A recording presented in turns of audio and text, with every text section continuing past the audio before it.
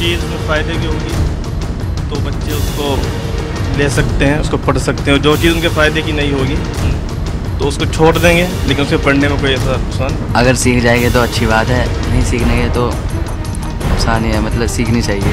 और उत्तराखंड सरकार ने अब मदरसों में एक नई पहल शुरू की है। पहले एनसीईआरटी की बुक्स लागू की गई और उसके बाद अब संस्कृत भाषा को मदरसों में पढ़ाए जाने की बात कही जा रही है। इससे सीधे तौर पे ये कह सकते हैं कि अब मदरसों में जो पढ़ाई होती थी अब उसमें संस्कृत को भी इन्वॉल्व कर लिया गया। देखिए, हम इस समय मदरसे में हैं। यहाँ देहरादून का एक मदरसा है जहाँ हम मौजूद हैं और यहाँ पर आप देख सकते हैं किस तरह बच्चे यहाँ पर पढ़ाई कर रहे हैं। अब पढ़ाई के साथ साथ जैसे हम आप देख पा रहे हैं कि कुरान की पढ़ाई चल रही है और लगातार इस तरह से मदरसों में शुरू से लेके अभी तक पढ़ाई ऐसे चलती थी, लेकिन अब एनसीईआरटी की बुक्स भी लागू हो गई है। मेरे साथ यहाँ जो टीचर हैं मैं उनसे भी बात करना चाहूंगा। सबसे पहले आप ये बताइए, एनसीईआरटी की बुक्स लागू हो गई है, अब क्या क्या फायदे देख पा रहे हैं उसके? एनसीईआरटी की बुक्स के क्या बेनिफिट देखते हैं? ये बच्चों को फ़ायदा पहुंचाने के लिए काफ़ी अच्छा है, और अगर इसको पढ़ेंगे तो इससे उनके मालूमात में और ज़्यादा इजाफा होगा। ये उसके पढ़ने के फ़ायदे हैं। अच्छा, मैं आपसे ये जानना चाहता हूँ, जैसे संस्कृत भाषा है, संस्कृत भाषा के उपयोग के क्या क्या बेनिफिट्स देखते हैं बच्चों में आप? क्या फ़ायदे होने वाले हैं? कोई नुकसान तो नहीं है इसका? जो चीज़ उसमें फ़ायदे की होगी तो बच्चे उसको ले सकते हैं, उसको पढ़ सकते हैं, और जो चीज़ उनके फ़ायदे की नहीं होगी तो उसको छोड़ देंगे, लेकिन उसके पढ़ने में कोई ऐसा नुकसान। जैसे हिंदू धर्म में संस्कृत पढ़ाई जाती है, संस्कृत का अहम रोल है, क्या इसे आप गलत मानते हैं, सही मानते हैं, कैसे देखते हैं आप?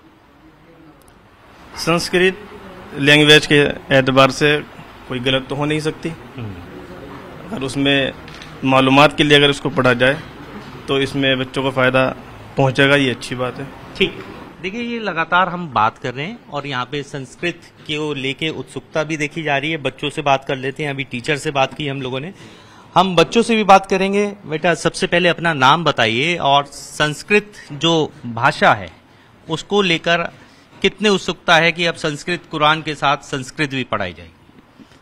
मेरा नाम मोहम्मद रिहान है, और संस्कृत की भाषा, सारी भाषा जाननी चाहिए, हमें पढ़नी चाहिए, मतलब आगे जाके हमारे भी काम आएगी और हम सिखा भी सके और भाषा भी बाहर भी जाके काम आएगी। अच्छा, अभी तक जैसे संस्कृत भाषा नहीं आती तो उसके क्या नुकसान और फायदे देखते हो? अगर संस्कृत आप सीख जाओगे तो क्या बेनिफिट्स होंगे? अगर सीख जाएंगे तो अच्छी बात है, नहीं सीखने तो नुकसान ही है, मतलब सीखनी चाहिए। और सीखनी चाहिए। देखिए, बच्चों की भी एक राय है कि यहाँ पर जो संस्कृत भाषा है उन्हें कुरान के साथ साथ संस्कृत भाषा भी आनी चाहिए। और कुछ बच्चे हैं यहाँ, पूछेंगे, उन लोगों से भी बात करेंगे। सबसे पहले मैं आपसे जानना चाहूँगा, ये आप कुरान पढ़ रहे हैं तो कुरान के साथ साथ संस्कृत कैसे देखते हैं? संस्कृत ऐसा लैंग्वेज एक लैंग्वेज ही है, और एजुकेशन में आप कोई भी लैंग्वेज हो या कुछ भी हो, नई चीज़ जानने को अगर मिल रही है तो उसे ले लो, उससे फ़ायदा ही होता है। एजुकेशन में किसी भी तरह का कोई नुकसान नहीं है। कुछ भी नई चीज़ अगर हम जान रहे इल्म के मुताबिक, दुनियावी मुताबिक हो, क्या है वो दीनी मुताबिक हो, अपने मजहब के मुताबिक हो, तो उसमें कोई नुकसान नहीं है। संस्कृत भी एक लैंग्वेज है, ऐसा लैंग्वेज अगर हम लेंगे, उसे पढ़ेंगे तो हमारे लिए कुछ नुकसान भी नहीं है। फायदे के लिए तो फायदे है, हर लैंग्वेज का अपना एक फायदा होता है। हम संस्कृत पढ़ेंगे, संस्कृत का भी हमें फायदा होगा। हम अरबी पढ़ते हैं, हमें अपना अरबी का अलग फायदा है। हर चीज़ का अपना फायदा होता है। ये नुकसान वाली बात कहीं से इसमें कुछ नहीं है, और सब अच्छे ही है। पढ़ाई जितनी ज़्यादा हो सके वो अच्छी ही है। अच्छा, आपका क्या मानना है? जैसे इन्होंने कहा, आप इनकी बात से रखते हैं एतबार? जी, मैं मुस्तफीद हूँ इनकी बात से। तो क्या लगता है संस्कृत कितनी अहम होने वाली है? सरकार की इस पेशकश को कैसे देख रहे हैं? जी, आने वाले वक्त में अहम हो सकती है। किस लिए अहम हो सकती है, कैसे हो सकती है? पढ़ने के एतबार से इल्म में इजाफत भी होगी इससे। और क्या फायदे दिखते हैं?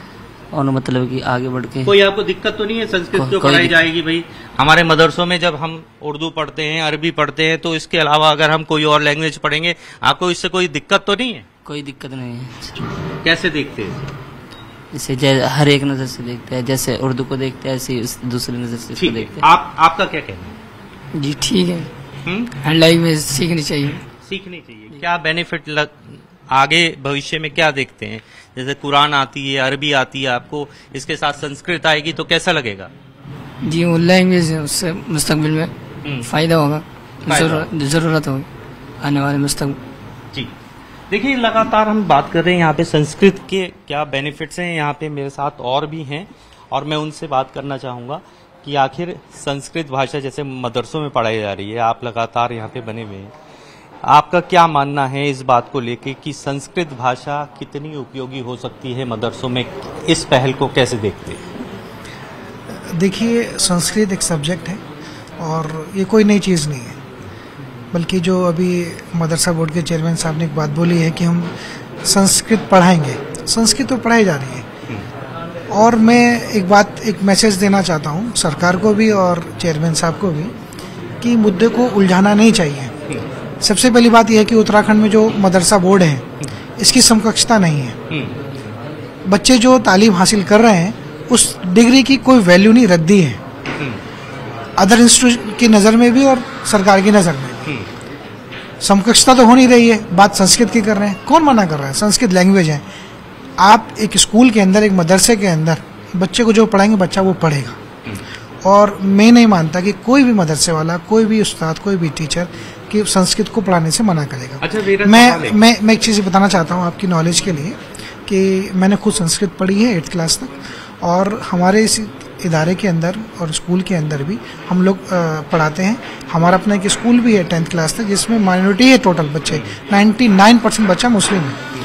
और उत्तराखंड बोर्ड का जो पेपर होता है हिंदी का, उसमें 30 नंबर का संस्कृत पेपर मैंडेटरी है, तो हम तो पढ़ाते हैं।